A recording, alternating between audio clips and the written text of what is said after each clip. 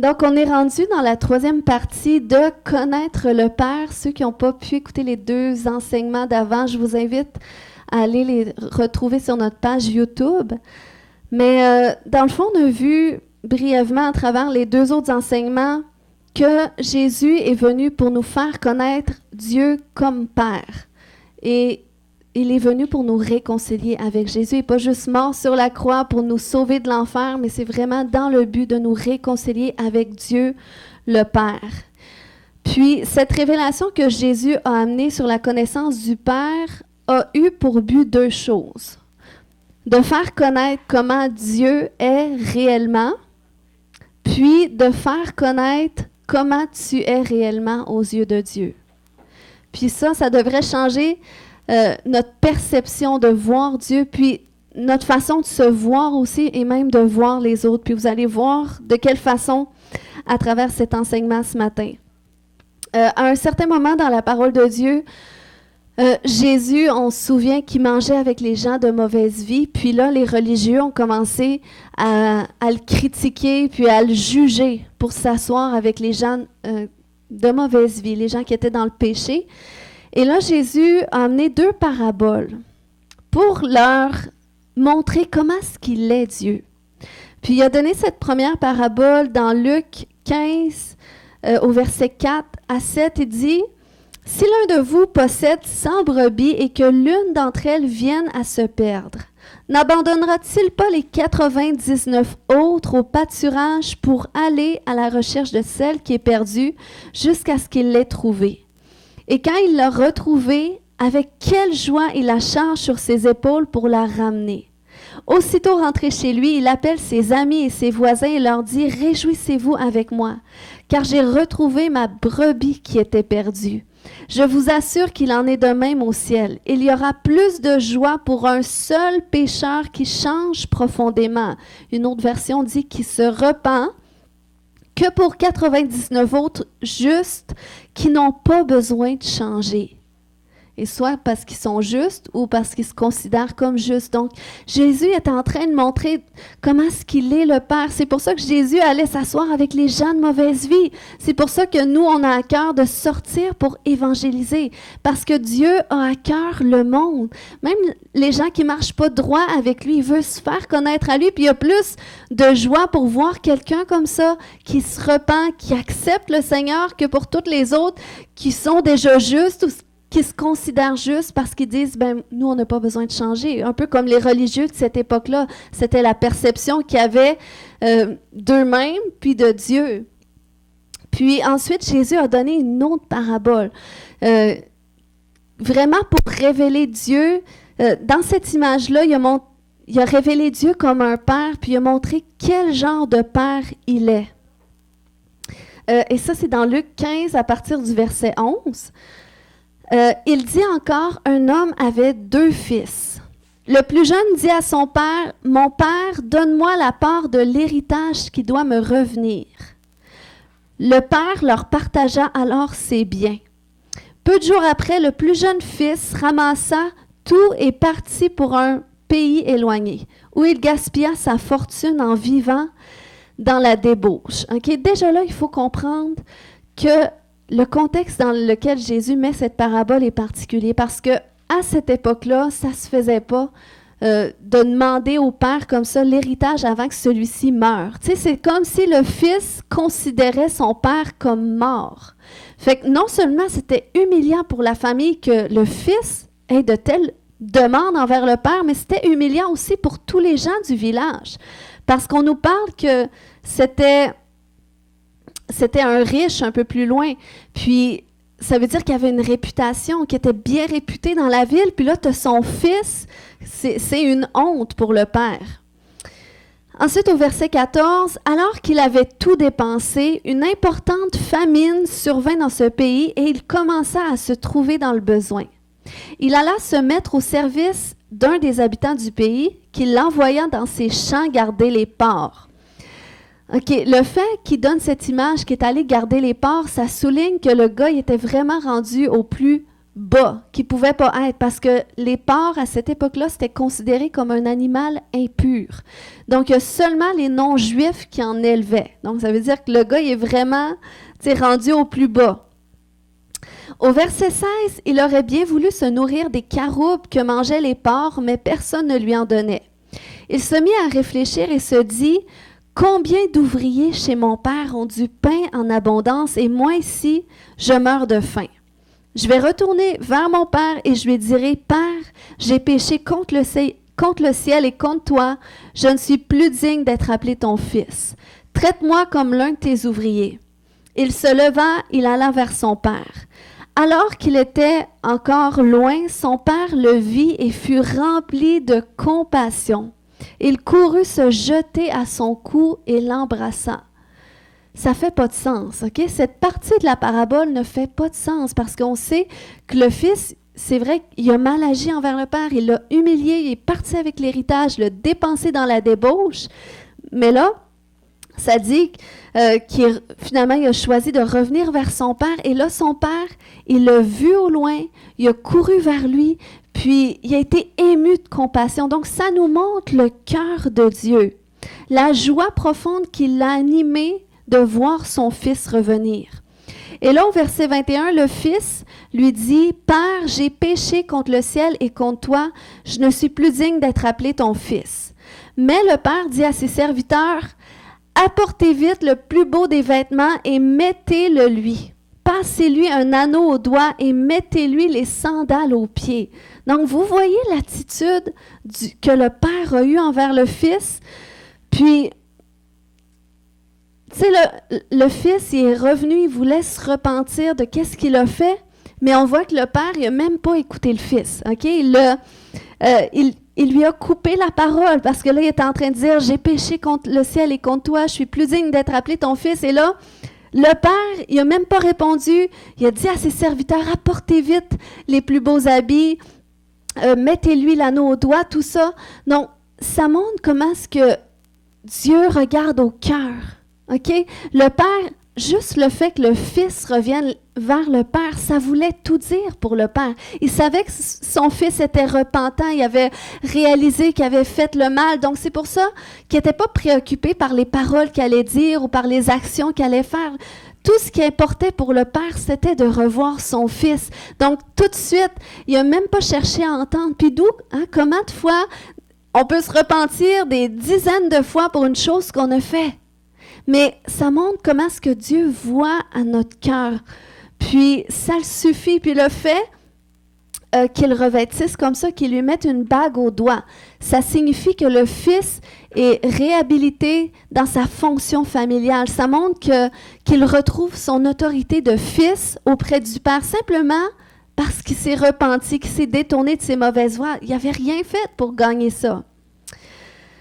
Donc là, après ça, ça nous dit au verset 23, « Amenez le veau qu'on a engraissé et tuez-le, mangeons et réjouissons-nous, car mon fils que voici était mort et il est revenu à la vie. Il était perdu et il est retrouvé. » Et ils commencèrent à faire la fête. Or, le fils aîné était dans les champs, ça c'est l'autre fils. Lorsqu'il revint et approcha de la maison, il entendit la musique et les danses. Il appela un des serviteurs et lui demanda ce qui se passait.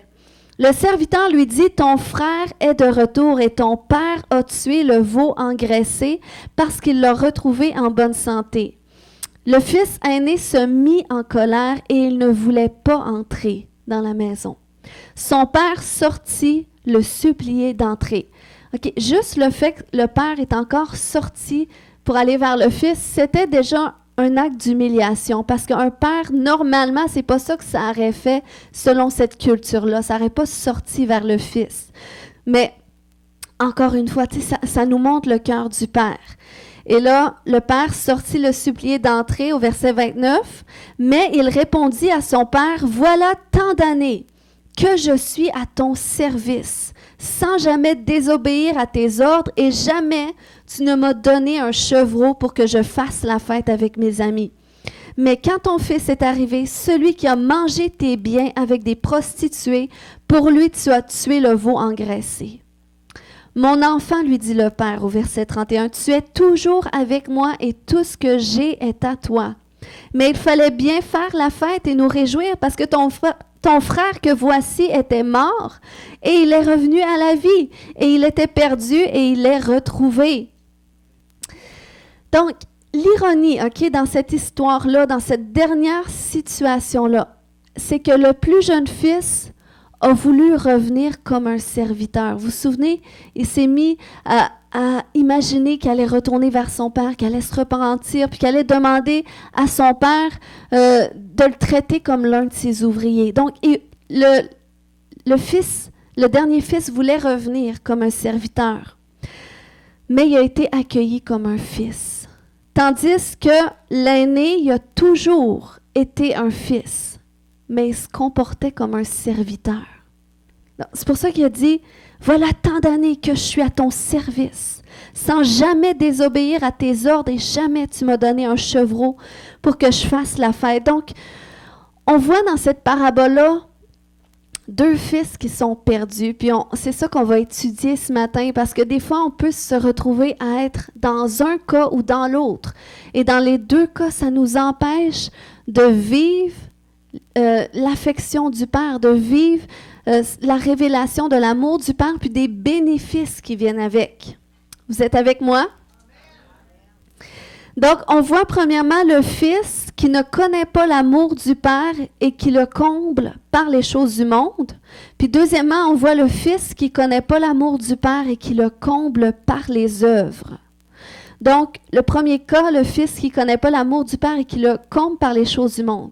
Il y a un verset qui dit dans Jean 2,15, 1 Jean 2,15, « N'aimez point le monde, ni les choses qui sont dans le monde. Si quelqu'un aime le monde, l'amour du Père n'est point en lui. » Donc, ici, ça ne veut pas dire de ne pas aimer les gens dans le monde. Okay? Ce n'est pas ça qu'il est en train de dire, mais il est vraiment en train de parler du système qui régit l'humanité, ce système de péché, de rébellion à Dieu. Donc, il dit, c'est ce qu'il veut dire lorsqu'il dit « N'aimez point le monde et les choses qui sont dans le monde ».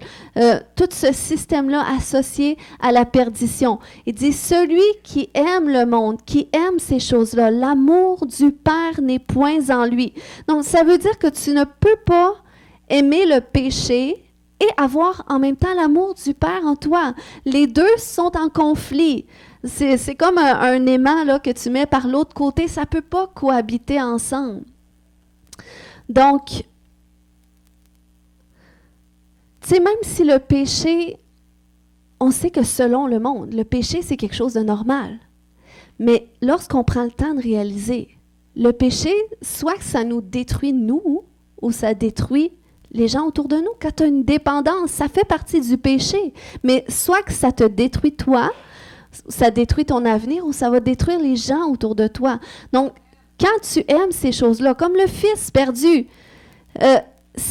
il s'est tourné vers la débauche, il a demandé l'héritage, puis il s'est tourné vers la débauche. C'est parce qu'il n'y avait pas la révélation de l'affection du Père envers lui. Il n'y avait pas la révélation de l'amour du Père contre lui, envers lui, fait qu'il a cherché à aller combler cet amour avec les choses du monde. Donc, c'est pour ça qu'il dit, celui qui aime le monde, l'amour du Père n'est pas en lui. Donc, c'est ce qui l'a conduit à faire ces choses-là.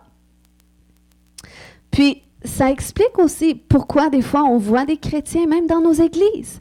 Puis on se demande, mais après tant d'années qu'il connaît le Seigneur, qui entend la parole de Dieu, il vit encore dans le péché. Mais souvent, c'est parce que ce chrétien-là, il a besoin d'une révélation plus profonde de l'amour du Père, ce qui fait en sorte, parce qu'il n'y a pas cette révélation-là, il va le combler par des choses du monde.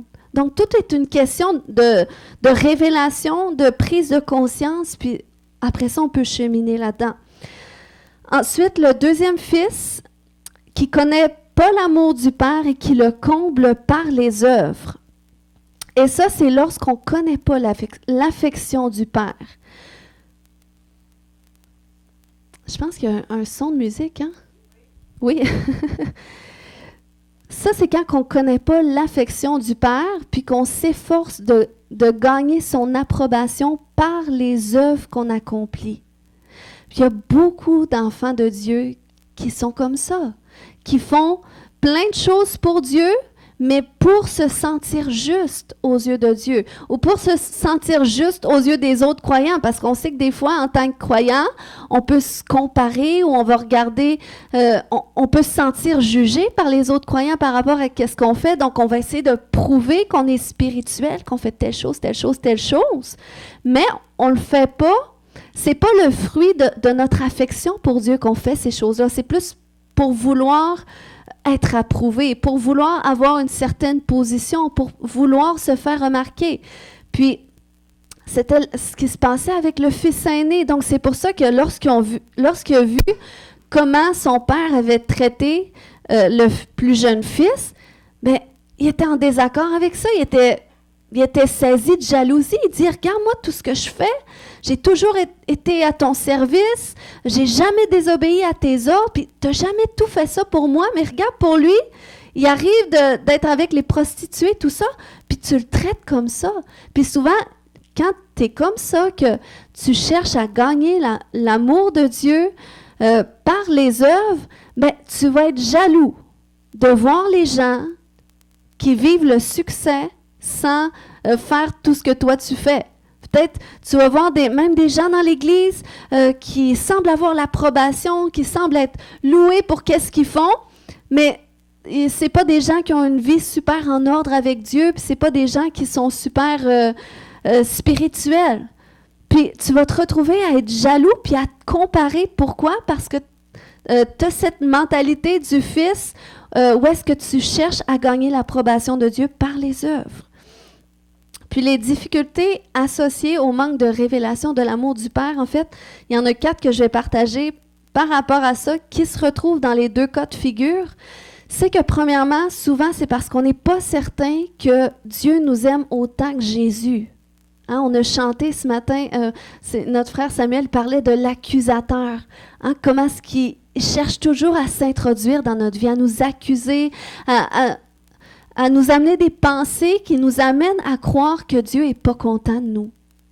Mais ça, c'est l'ennemi qui fait ça. C'est pas le Saint-Esprit qui va occasionner de la culpabilité, de la honte, qui va dire « Ah, t'as encore fait ça! » J'écoutais une prière cette semaine, puis il y a une femme de Dieu, elle disait « Tu sais, quand l'ennemi te parle dans tes pensées, il va te parler au « je ». Il ne dira pas... Tu sais, il se déguisera pas sous forme de l'ennemi en disant « tu es stupide », mais il va dire « je suis stupide ». Il va t'amener ces pensées-là « je suis stupide ». Je suis vraiment stupide. Mais non, ça, c'est le diable qui met ces pensées-là. Il te parle à la première personne. Et ça, c'est lorsque, justement, cette révélation-là de la valeur que tu as aux yeux de Dieu n'est pas fortement ancrée, eh bien, tu vas être plus vulnérable à ça. C'est pour ça qu'on ne peut pas baser l'amour de Dieu envers nous sur notre obéissance parfaite envers Dieu, parce qu'on est tous dans un cheminement envers Dieu. C'est pour ça que Dieu regarde à notre cœur. C'est comme, ça va faire 12 ans que je connais le Seigneur cette année. Puis, quand le Seigneur m'a appelé à lui, puis m'a appelé au ministère, ces révélations-là, ça s'est fait rapidement. Mais j'avais beaucoup de choses que j'avais besoin de changer en moi. Il y avait beaucoup de choses qui avaient besoin d'être transformées. Je n'étais pas encore rendue là où est-ce que je suis aujourd'hui. Puis je ne dis pas que je suis encore rendue, j'étais encore dans un autre cheminement avec Dieu. Mais c'est juste pour dire que malgré tout ce qui n'avait pas de transformé dans ma vie, Dieu avait quand même trouvé que j'étais un candidat idéal pour lui, pour l'appel qu'il avait, pour le mandat qu'il avait à remplir. Et ça, c'est pourquoi? Parce que Dieu regardait à mon cœur. Et Dieu, quand il vous regarde, il regarde à votre cœur. C'est pour ça que votre faiblesse, vos tentations, pour lui, ça ne change rien à sa proximité envers vous. Au contraire, l'ennemi, lui, il veut que ce soit une barrière. Il veut que vous vous sentiez honteux de vous approcher de Dieu. Mais Dieu, lui, il veut que tu saches qu'il t'aime du même affection qu'il aime Jésus. Amen. Tu sais, c'est comme quand je lis les histoires bibliques, par exemple, de David. Tu sais, on sait que le roi David, c'était l'homme selon le cœur de Dieu. Mais quand tu tombes dans la Bible sur cette histoire de Bathsheba, comment est-ce que c'est terrible, qu'est-ce qu'il a fait, puis encore plus grave, il a tué le mari de Bathsheba, tu sais, pour cacher sa faute, puis c'était grave qu'est-ce qu'il a fait, puis tu sais, moi quand je lis ça, ou même Salomon, tu sais, oui, on sait que Salomon, il n'y a jamais eu un homme aussi sage que lui, aussi intelligent que lui, la Bible nous dit. Mais lorsque tu lis la fin de l'histoire, il est tombé à la fin. Puis, tu sais, moi, j'aurais été du genre à enlever ces parties-là de l'histoire, tu sais, parce que je me dis, il me semble que ça ne donne pas une bonne image. Mais non, tu sais, Dieu a voulu laisser ces parties-là dans l'histoire pour nous montrer sa souveraineté puis sa miséricorde envers l'homme. Puis comment est-ce que, peu importe, comment est-ce que l'homme peut être proche de Dieu, il a besoin constamment de dépendre de Dieu parce que la chair est faible. Même si l'esprit est bien disposé, la chair est faible. L'homme est faible sans Dieu. Donc, on a tous besoin de lui. Amen. Le deuxième point, qui est une autre difficulté aussi, qui fait en sorte qu'on peut être dans un cas ou l'autre des fils, c'est qu'on ne connaît pas notre valeur aux yeux de Dieu. Puis quand tu ne connais pas ta valeur aux yeux de Dieu, tu vas te comparer. Et ça, on doit tellement pas ouvrir la porte à cela, la comparaison. Puis souvent, c'est inconscient.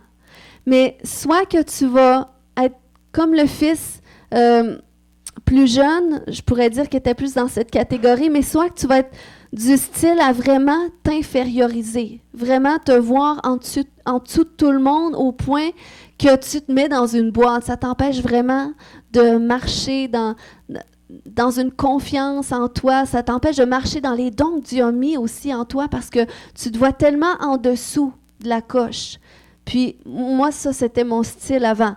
Ou soit que tu peux être comme le fils aîné, que tu vas vraiment te supérioriser. Parce que tu vas regarder tout ce que tu fais, puis tu vas dire, non, moi, c'est là que je devrais être. Puis là, tu vas te comparer aux autres, tu vas dire, lui, il ne mérite pas d'être là. Moi, je le mérite parce que je fais ceci et cela. Donc, soit qu'on peut se trouver dans un cas ou dans l'autre lorsqu'on ne réalise pas véritablement notre valeur unique. Dis à ton voisin, t'es unique.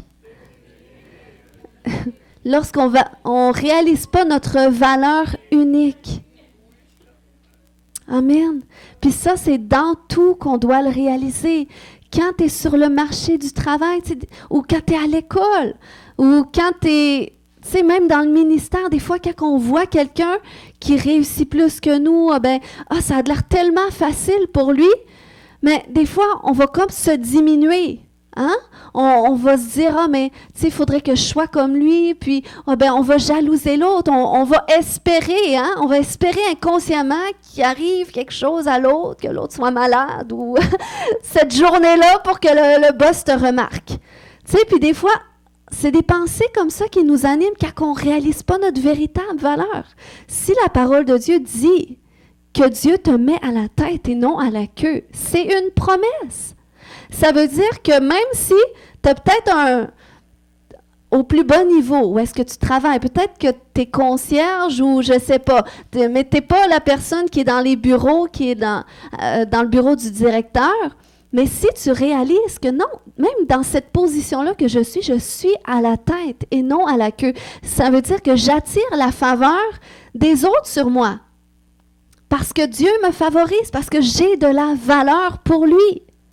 Et ça, on doit le comprendre. On a tous une valeur unique. C'est pour ça qu'on ne doit pas non plus se sentir en compétition. Amen.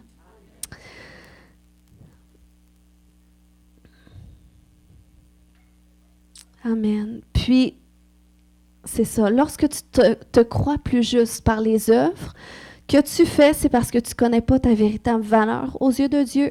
Puis, comme le Fils aîné, au lieu de te comporter comme un fils, tu vas te comporter comme un serviteur. Ce qui fait que tu vas être frustré. Puis tu ne porteras pas de fruits comme tu voudrais. Troisièmement, l'autre difficulté, c'est que les expériences de la vie, souvent, nous ont appris qu'on ne vaut pas grand-chose. Puis ça, c'est souvent parce qu'on se fie à la façon qu'on a été traité. Peut-être par nos parents, par les gens d'autorité dans notre vie. Donc, c'est comme si on ne voit pas qu'on pourrait mériter une certaine place. Des fois, Puis je sais que des fois, c'est un problème qui peut être des fois spirituel, mais des fois qui est rattaché à la perspective. Mais tu sais, quand tu es ce type de personne, que tu dois faire beaucoup d'efforts pour te rendre à un certain niveau. Puis ça, c'est décourageant quand tu es à cet endroit-là. Puis des fois, c'est un problème qui peut être générationnel, qui est spirituel, mais des fois, ça va aussi avec la perspective. Des fois, justement, parce que tu as été élevé comme ça, parce que pour toi, ça a toujours été difficile de faire ta place, d'atteindre un certain niveau, mais ça peut être une mentalité qui est fortement ancrée en toi que ça va être difficile, que peu importe qu'est-ce que tu commences, ça va être difficile. Il va falloir que tu travailles beaucoup. Mais non, le Seigneur veut changer notre perspective. Amen. Il nous donne sa grâce.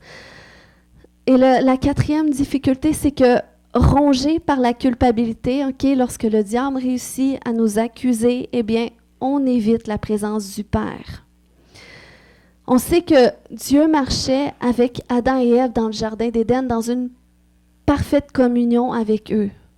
Mais le jour où est-ce que Adam a péché avec Ève, eh bien là, cette séparation-là est arrivée, ce qui a fait en sorte que lorsque Dieu est revenu vers Adam, il cherchait Adam, il a voulu revenir vers lui quand même. Mais à cause du péché, eh bien Adam, il n'avait plus accès à cette même ouverture envers Dieu. Donc, il a cherché à se cacher à cause de la honte qui s'est emparée de lui.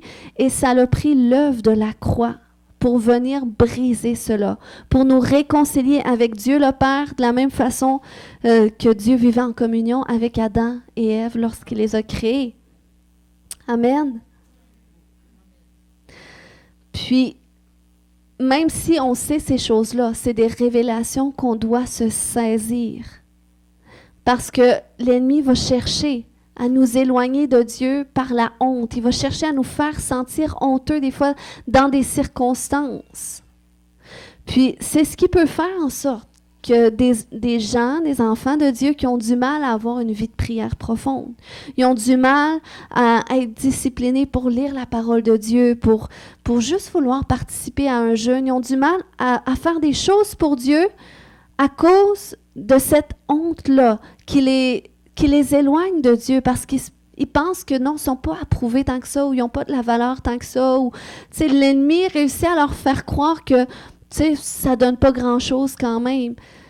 Mais non, c'est pour ça que le Seigneur, il veut que tu marches dans une parfaite réconciliation avec lui, que tu marches dans une révélation plus profonde de l'affection qu'il a pour toi, de l'approbation qu'il a envers toi, qui n'a rien à voir avec qu'est-ce que tu accomplis. Amen. Mais c'est juste parce qu'il t'aime. S'il veut que tu pries, c'est juste parce qu'il veut prendre du temps avec toi. Il veut que tu lui parles. Il veut que tu lui ouvres ton cœur. Puis il veut te parler aussi. Il veut faire un dialogue avec toi.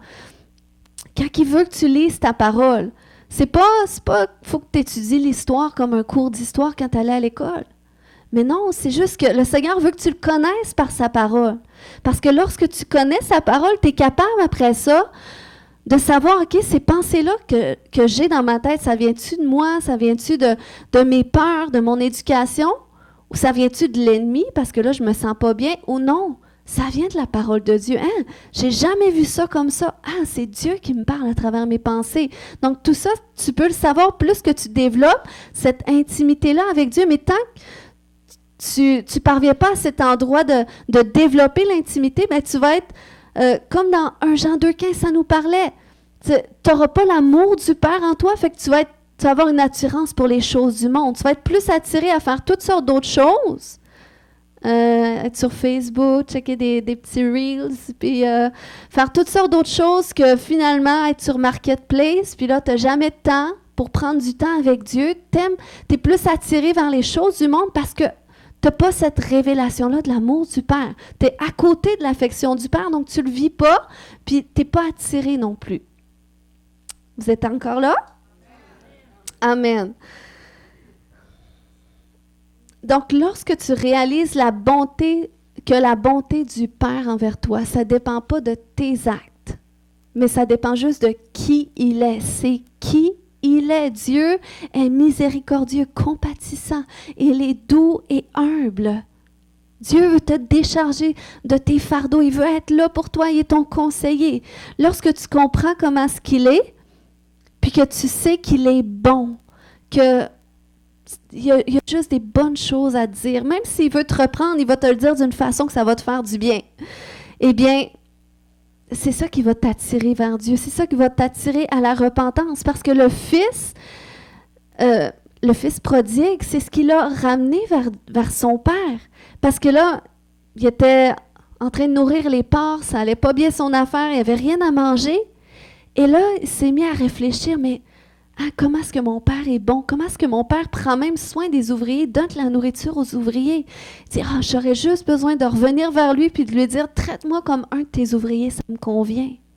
Donc, parce que penser à la bonté de son Père, eh bien, ça l'a amené vers la repentance. Ça l'a amené à réaliser que, ouais, c'est vrai qu'il a tombé, il a mal agi. Puis, c'est ce que Dieu fait aussi avec nous. Il y a un verset dans Romains 2,4 qui dit « Où méprises-tu les richesses de sa bonté, de sa patience et de sa longanimité, ne reconnaissant pas que la bonté de Dieu te pousse à la repentance. » Lorsque tu réalises la bonté de Dieu, ça t'amène à te tourner vers lui. Ça ne fait pas en sorte que tu restes séparé de lui. Puis, le jeune homme, on sait que là, il avait pris conscience de sa faute, il avait pris conscience de sa condition, et là, il a décidé de revenir vers le Père. Puis, il était plein de honte, il était plein de culpabilité. C'est pour ça qu'il disait, je vais dire à mon Père, je suis plus digne d'être appelé ton fils. C'était sincère. Il réalisait sa faute. Mais voyez comment est-ce que Dieu a, dans l'histoire, comment est-ce que le Père a répondu à la honte du Fils. Si on retourne dans l'histoire, ça nous dit que le Père a vu son Fils arriver au loin, puis qu'il a couru, il a sorti, il a couru vers le Fils. Je vais juste le retrouver.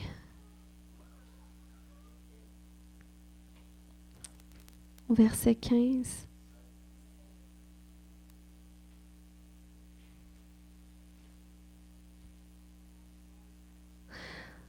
OK, c'est ça. Il était encore loin, son père le vit, fut rempli de compassion, et il courut se jeter à son cou et l'embrassa. Donc, vous voyez cette affection-là qu'il y avait pour lui. Que, dans le fond, juste le fait que le Fils revienne vers le Père, c'est comme si que le Père avait oublié tout ce qu'il avait fait. Donc, ça nous montre comment est-ce que Dieu est, il est comme ça envers nous. Quand il te regarde, il ne regarde pas que ton comportement que tu viens d'avoir il y a 5 minutes. Oui, bon, le Seigneur peut dire, il faut que, faudrait que tu regardes à corriger ça. Mais ça ne change rien de son amour envers toi, de l'honneur qu'il éprouve envers toi, puis du désir qu'il a envie d'être proche de toi. Puis c'est ça, on voit au verset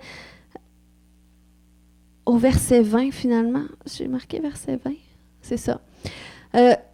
Alors qu'il était encore loin, son père le vit, fut rempli de compassion et courut se jeter à son cou.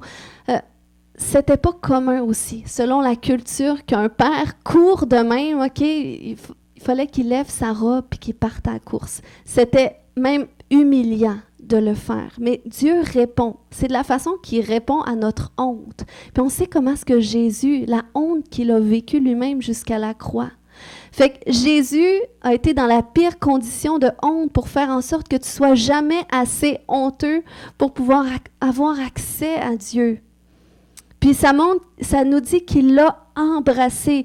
Puis vous vous souvenez, la dernière fois, j'avais parlé de l'amour que Dieu éprouve pour nous. C'est pas juste l'amour agapé, c'est pas juste un amour inconditionnel, mais l'amour qu'il éprouve pour nous, c'est un amour philéo aussi. Tu sais, cet amour affectueux, cet amour qui est partagé comme envers un ami, cet amour qui est sincère, qui est profond, puis il y a des marques d'affection. Eh bien, Dieu nous aime de cet amour.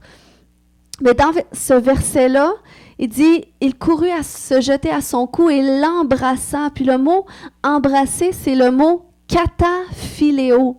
Donc, c'est encore plus que de l'affection, de la façon qu'il l'a reçu.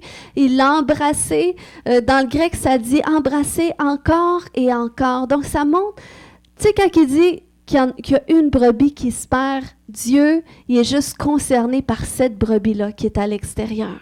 Il est concerné par les gens tout autour qui sont perdus, qui sont dans les difficultés. Il sait qu'il est la réponse, puis quand il y en a un qui vient à lui, c'est comme, il y a cette affection-là profonde qui a envie de lui communiquer, puis Dieu est comme ça pour toi et moi.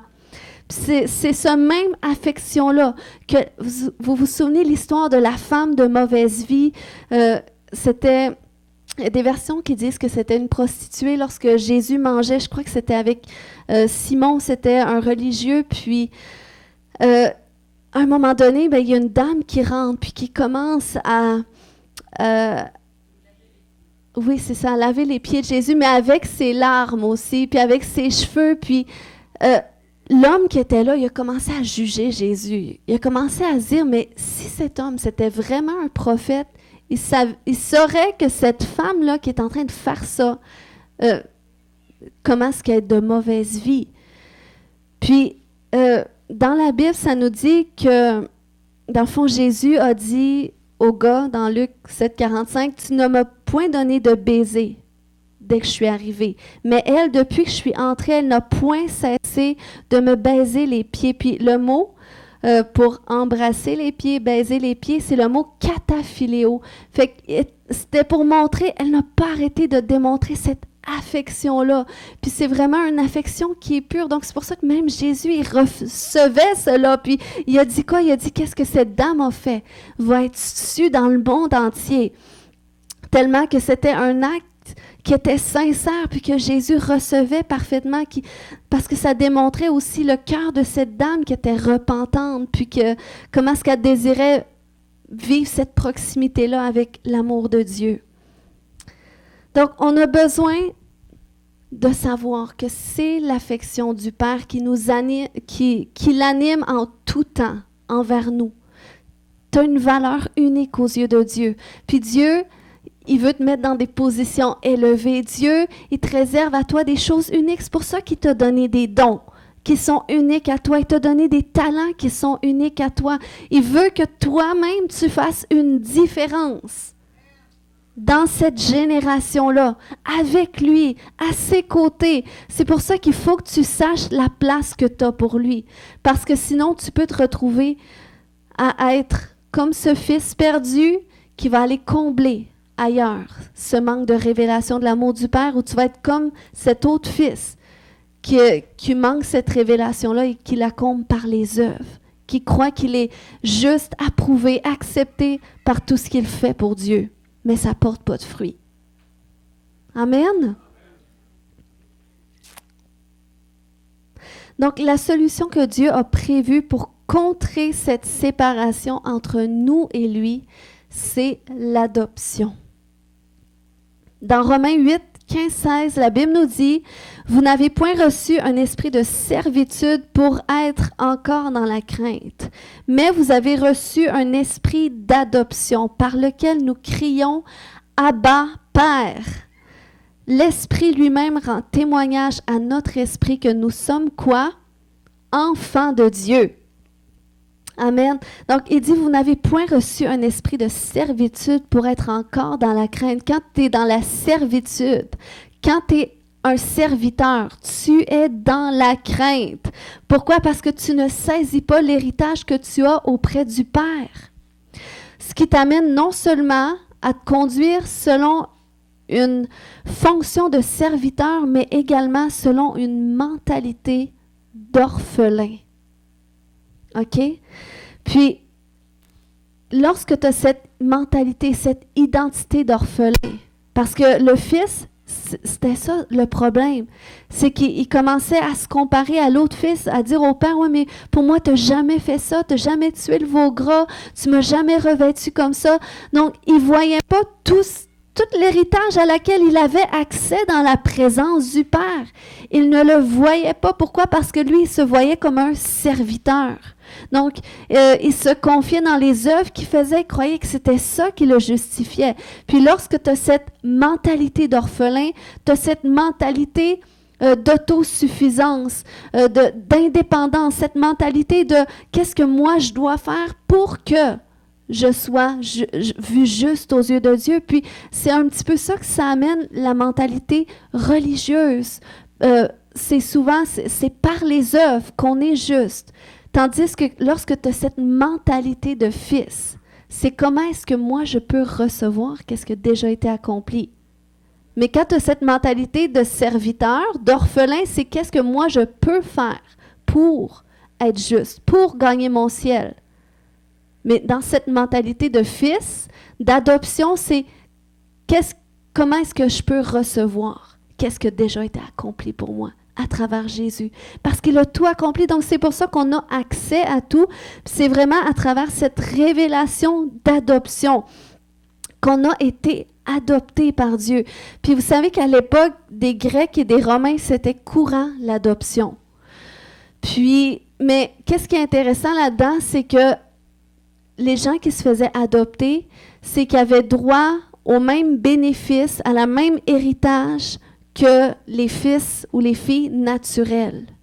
Donc, c'est pour ça que ça fait du sens, parce qu'il y en a qui disent « Ouais, mais j'ai été adopté, fait que je ne suis pas vraiment un fils, je ne suis pas vraiment une fille. » Non, c'est que dans le fond, tu as le droit au même héritage, tu as accès à la même affection, à la même présence, au même bénéfice que Jésus avait accès sur terre. Parce que Jésus, il a vécu l'affection du Père comme homme sur terre.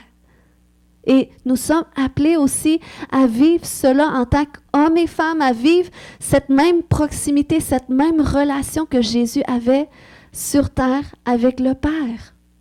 Amen. Puis c'est ça qui nous comble. C'est ça qui fait en sorte que l'amour du Père est en nous, puis on est sécure dans qui on est. On est sécure dans qu'est-ce qu'on a. On n'a pas besoin d'avoir la plus belle voiture, la plus belle maison pour se sentir important de notre voisin qui a la plus belle voiture et la plus belle maison. Parce que oui, ça arrive. Ça arrive. Il y a des gens qui sont passionnés par les voitures, puis ils vont chercher avoir la plus belle voiture. Puis des fois, on juge les chrétiens comme ça dans la maison de Dieu, qui ont des beaux habits. Il y a des gens qui sont fiers, puis ça les rend heureux d'être fiers. Ils ne sont pas nécessairement comme ça pour attirer l'attention. Mais lorsque tu n'es pas sécure dans qui tu es, ben, tu vas te comparer, tu vas essayer de trouver une faille, tu vas essayer de trouver la faiblesse des autres. Puis j'en vois des gens comme ça. Il y a des gens, des fois, ils intègrent l'Église, ils sont nouveaux dans l'Église, puis ils me parlent des gens de l'Église, ça fait longtemps qu'ils sont là. Hein, c'est-tu normal qu'elle fait ça, elle? C'est moi le pasteur. Je vois tout ce qui se passe. S'il y a quelque chose qui n'est pas correct, c'est sûrement pas quelqu'un que ça fait 2 semaines qui vient, qui va dire que c'est pas correct. Mais des fois, les chrétiens, c'est comme ça. C'est pour se sentir plus important, il faut essayer de cibler une faiblesse de quelqu'un. Non! Dieu est amour, puis Dieu regarde au cœur, puis il nous amène, nous aussi. Moi, cet enseignement-là, ça a changé aussi ma perspective de voir les autres.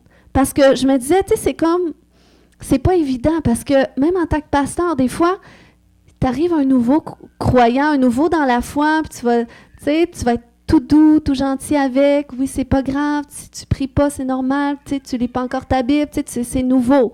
Mais quelqu'un que ça fait un certain temps, des fois, on a le goût de se taper sa tête. Mais tu comprends pas qu'il faut que tu lises ta Bible, il faut que tu pries, puis il faut que tu jeûnes. Ça fait 1 an et demi qu'on fait un jeûne de 3 jours, tu participes pas. Tu sais, des fois, on aurait le goût de faire ça.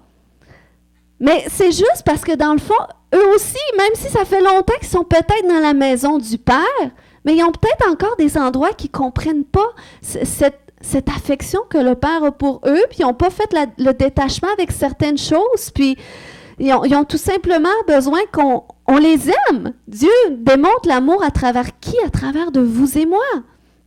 Puis oui, on peut encourager les autres à aller plus loin, on peut les exhorter, mais pas d'une façon à les juger, parce que des fois, on est comme ça, on va juger, on va dire, ouais, mais lui, il se démontre au tas spirituel, puis il critique les autres. Mais là, maintenant, je sais, c'est parce qu'ils ont une mentalité d'orphelin.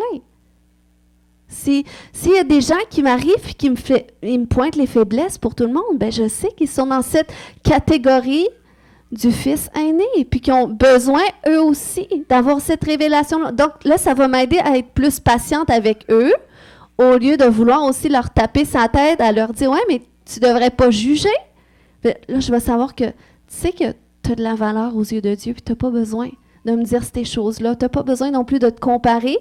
Tu sais, fait que c'est pour ça qu'on doit avoir de la compassion aussi dans les deux cas de figure. Amen. Alléluia. Merci Seigneur.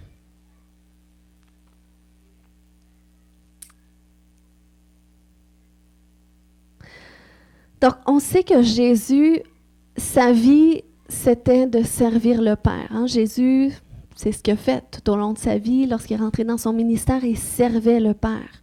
Mais la différence, c'est qu'il servait le Père comme fils. Donc, ce matin, je ne suis pas en train de vous dire on a encore besoin de serviteurs à l'Église. Non, mais la différence, c'est que tu dois apprendre à servir Dieu avec cette mentalité de fils et de fille. Ce qui fait qu'au lieu de travailler pour Dieu, tu vas travailler avec Dieu.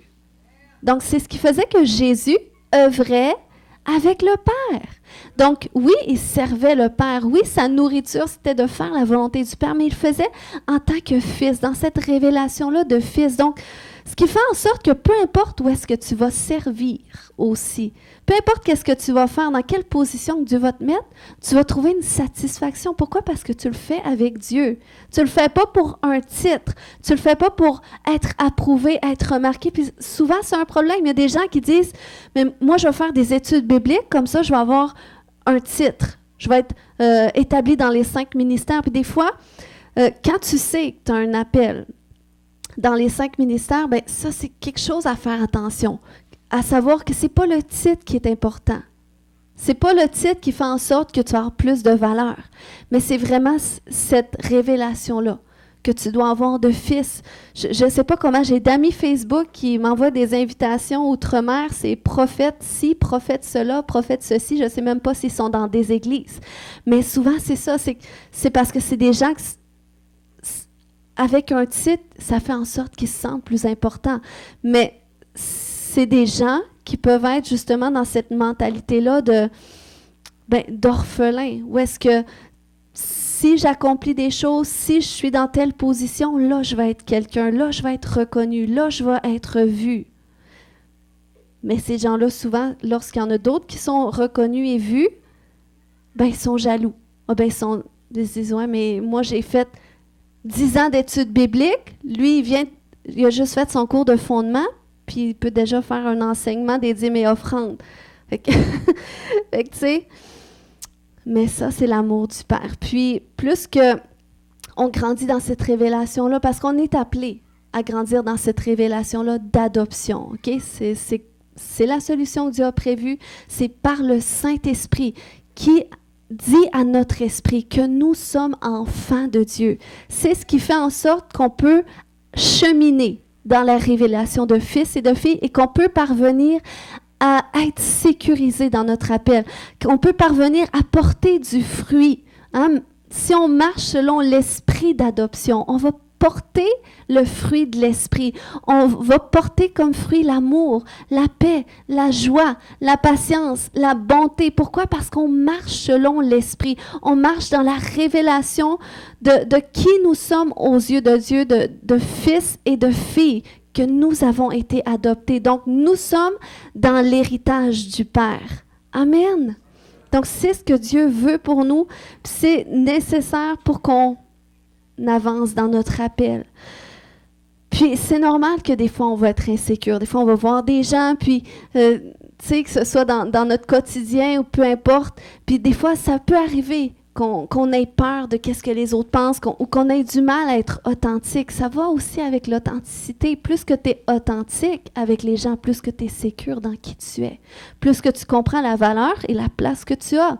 Puis, tu es appelé à en venir là, mais c'est normal que c'est un cheminement aussi. Puis dans la parole de Dieu, on voit les disciples, ils étaient aux côtés de Jésus, ça faisait plus de 3 ans, puis ils se chamaillaient encore entre eux pour voir c'est qui allait être le plus grand, Qui allait avoir la place, hein? Il y a Jacques et Jean qui voulaient avoir la place à côté de Jésus au ciel. Hein, ça, c'est la mentalité humaine qui veut les premières positions, qui veut les premières places aux yeux des autres. Puis, on voit que c'est arrivé plusieurs fois. Puis, on voit même une autre histoire qui était un peu plus tard avec l'apôtre Paul, que l'apôtre Paul a repris l'apôtre Pierre pour un comportement qu'il a eu. On voit ça dans Galates 2:11, ça dit, lorsque Pierre, c'est Paul qui écrit, il dit, lorsque Pierre est venu à Antioche, je me suis opposé ouvertement à lui, car il avait tort. En effet, avant l'arrivée de quelques personnes de l'entourage de Jacques, il prenait part au repas commun avec les croyants non juifs. Mais après leur venue, il s'est esquivé et s'est tenu à l'écart parce qu'il craignait les croyants d'origine juive. Comme lui, les autres chrétiens d'origine juive se sont mis eux aussi à cacher leur véritable conviction au point que Barnabas lui-même s'est laissé entraîner par leur dissimulation. Donc, vous voyez l'attitude que Pierre a eue. Il s'est senti mal aux yeux des croyants d'être assis avec des non-croyants, non-juifs. Donc, si il était mal comme ça puis qu'il cherchait à dissimuler ça, c'est parce qu'il n'était pas sécure dans qui il n'était pas sécure dans qu'est-ce qu'il faisait, mais on voit Paul qui l'a repris publiquement, mais ça nous encourage aussi à nous montrer que oui, des fois, ça va arriver aussi, qu'on ne soit pas totalement sécure, qu'on ne soit pas totalement authentique, qu'on ait peur d'être jugé, mais c'est un cheminement, c'est une marche. Du moment que tu sais que tu as donné ta vie à Jésus, puis dès que tu donnes ta vie à Jésus, l'Esprit de Dieu vient en toi, ça nous dit que tu passes à la nouvelle naissance, que tu nais de nouveau. Puis, si tu nais de nouveau, c'est par le Saint-Esprit en toi. Puis, ce même Saint-Esprit, eh bien, c'est lui qui te révèle qui tu es pour Dieu, qui te révèle que tu es un fils, que tu es une fille, que Dieu t'aime. Puis, c'est là que tu es appelé à cheminer, à grandir. Amen. Puis ce qui t'aide, c'est d'apprendre à connaître Dieu à travers la parole. C'est apprendre à prier Dieu, à lui parler, ouvrir ton cœur, lui confier ce que tu vis, être vrai avec Dieu. Lui dire ouvertement qu'est-ce que tu vis, ouvertement tes faiblesses. Puis le Seigneur, il est vivant, il va te parler, il va te montrer des choses. Puis c'est tellement extraordinaire la vie avec Dieu. Amen. On va prier ce matin. Si on peut se lever debout, tout le monde ensemble.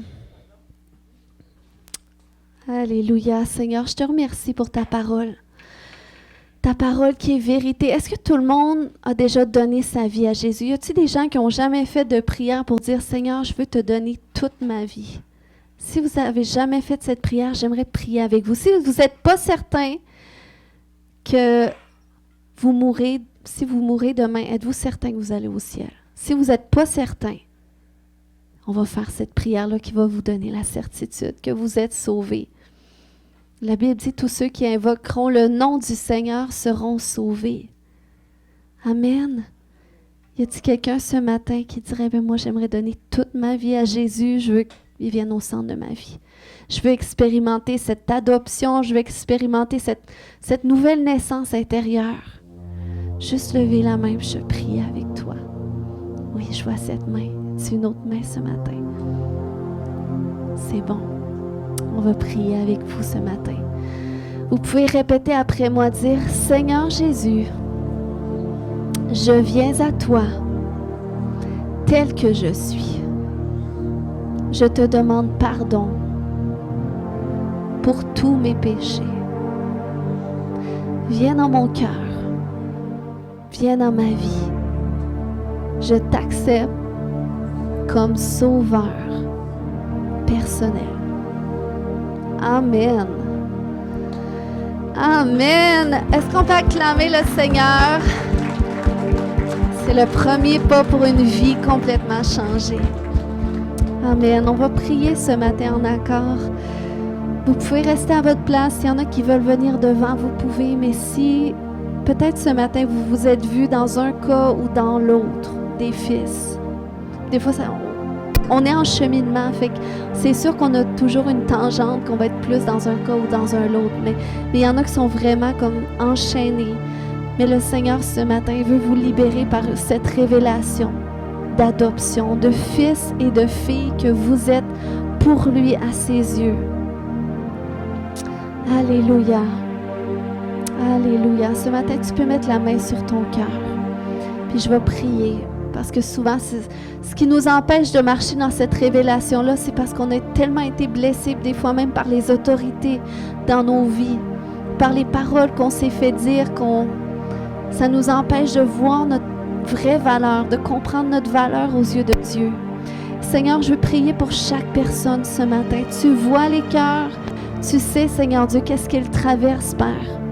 Mais dans le nom de Jésus, alléluia, Seigneur, je vais détacher de leur vie, Seigneur Dieu. Je viens détacher de leur âme, de leurs souvenirs, Seigneur Dieu.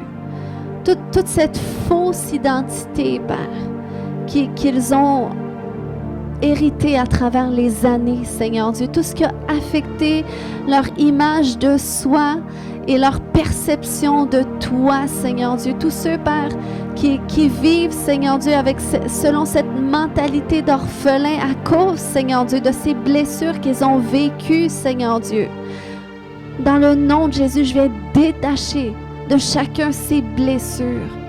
Je vais renverser ce matin cette mentalité d'orphelin, cette mentalité d'autosuffisance, cette mentalité soit de supériorité ou d'infériorité.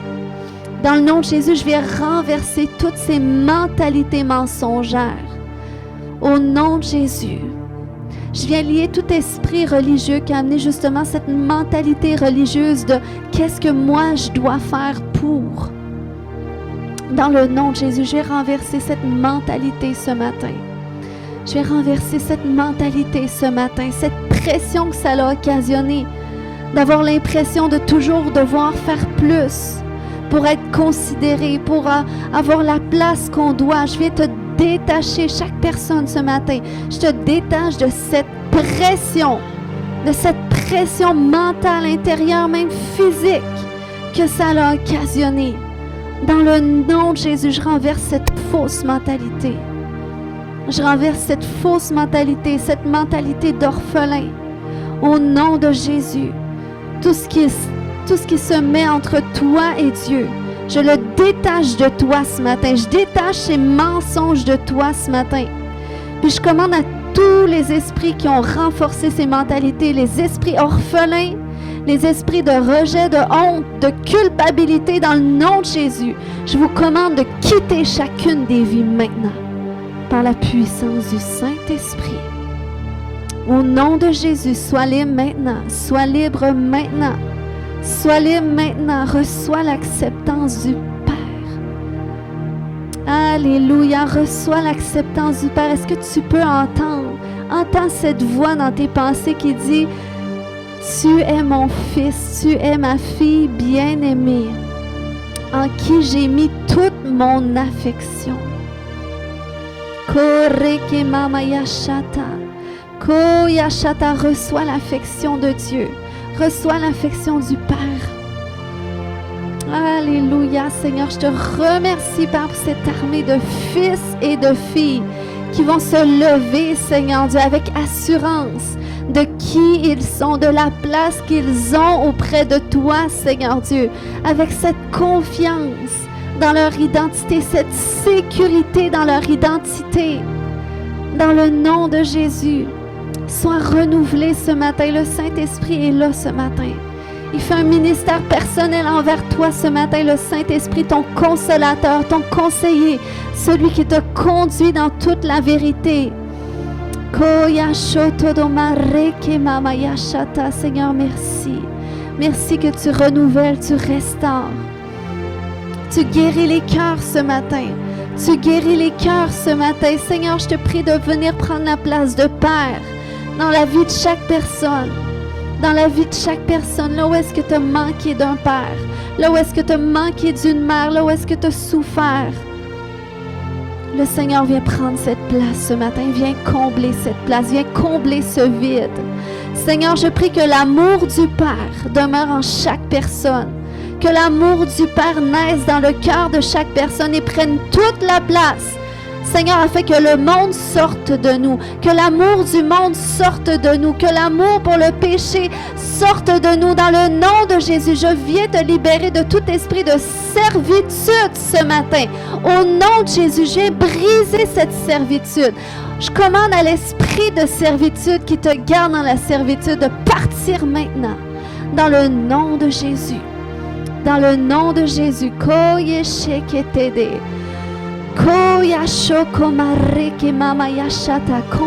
restauré. Complètement restauré. Plus de toi, Seigneur. Plus de toi, Saint-Esprit. Plus de toi, Saint-Esprit. Viens renouveler, viens réparer, viens restaurer. Au nom de Jésus. Alléluia. Koreke mama yashata.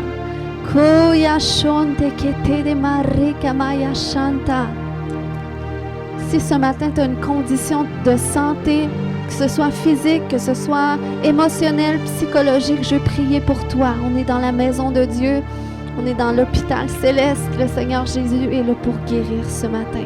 S'il y a des gens ce matin, vous avez besoin de guérison, de transformation, peu importe.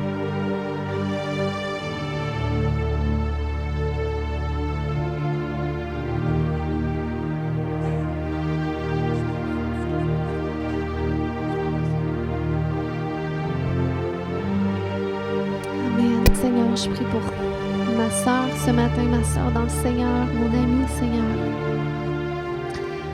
Alléluia. Dans le nom de Jésus, Seigneur, on vient à tes pieds ce matin. Seigneur, je vais la décharger de tous ses fardeaux, de tout ce qui la dépasse, Seigneur Dieu, qu'elle ne comprend pas, qu'elle ne sait pas quoi faire, Seigneur Dieu. Toi, Père, tu sais. Tu vois, Seigneur Dieu. Et je prie, Seigneur Dieu, qu'elle soit déchargée maintenant. J'ai brisé tout mensonge de l'ennemi. J'ai brisé tout ce qui s'oppose entre elle et sa relation avec Dieu dans le nom de Jésus. J'ai brisé toute confusion spirituelle. J'ai brisé toute fatigue maintenant.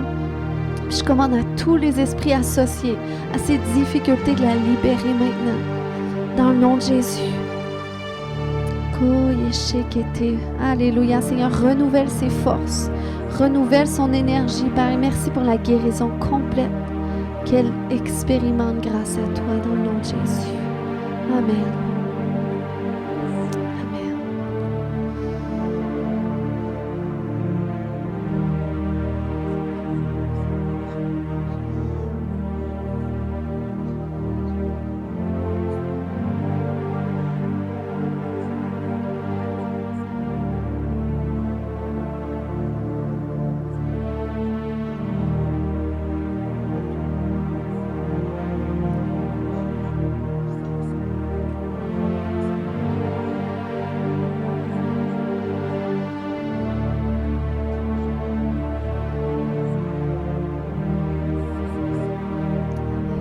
Prier ce matin. Amen. Seigneur, merci que tu l'as guéri dans le nom de Jésus. Je viens briser, alléluia, je viens briser toute cellule cancéreuse qui reste, tout ce qui reste dans son corps qui empêche la guérison. Maintenant, je le brise dans le nom de Jésus. Je brise tout héritage générationnel de cancer. Je brise tout héritage générationnel d'infirmité, toute infirmité qui est venue par des traumatismes, par des difficultés de la vie qui cherchent à rester attachés. Maintenant, je détache dans le nom de Jésus-Christ. Et je lis tout esprit d'infirmité qui empêche la guérison.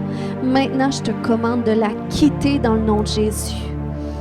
Alléluia, tu la quittes, tu quittes ses intestins, tu quittes chaque partie de son corps qui est affectée maintenant dans le nom de Jésus. J'ordonne la guérison complète. Que la plaie se referme complètement et que la guérison soit partout dans son corps maintenant dans le nom de Jésus. Alléluia, sois rempli du Saint-Esprit. Merci Seigneur que tu donnes la vie à son corps, que tu la guéris, Père, tu la restaures, viens restaurer son âme, Seigneur Dieu aussi, Père. Dans le nom de Jésus, je la détache de tout stress, toute anxiété, Seigneur Dieu. Tout mensonge de l'ennemi, je viens les taire maintenant dans le nom de Jésus. Et je déclare, Seigneur Dieu, qu'elle reçoit une paix. une paix profonde. Seigneur Dieu, viens la rendre complète, qu'elle soit complète, que son âme, Seigneur, soit restaurée.